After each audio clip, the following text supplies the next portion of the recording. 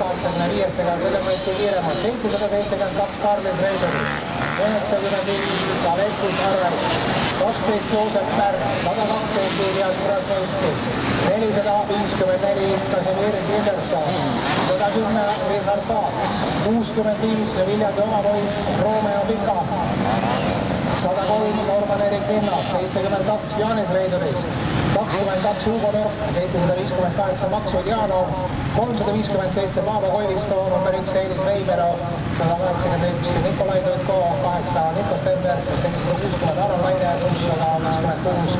Rainer Stimko, 139 Karl Kutsar, 64 Sten Oliver Malk ja 90 Kristjan Uiga. Selle klassi 20 piiremat täna kvalifikatsioonis, 85 klassis.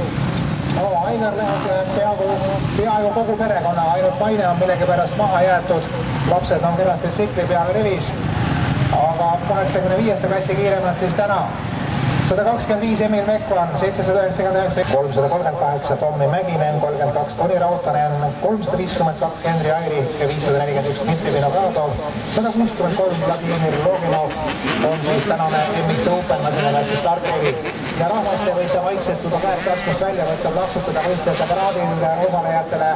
võite käed soojaks, sest tänasel päeval kaasenamist ja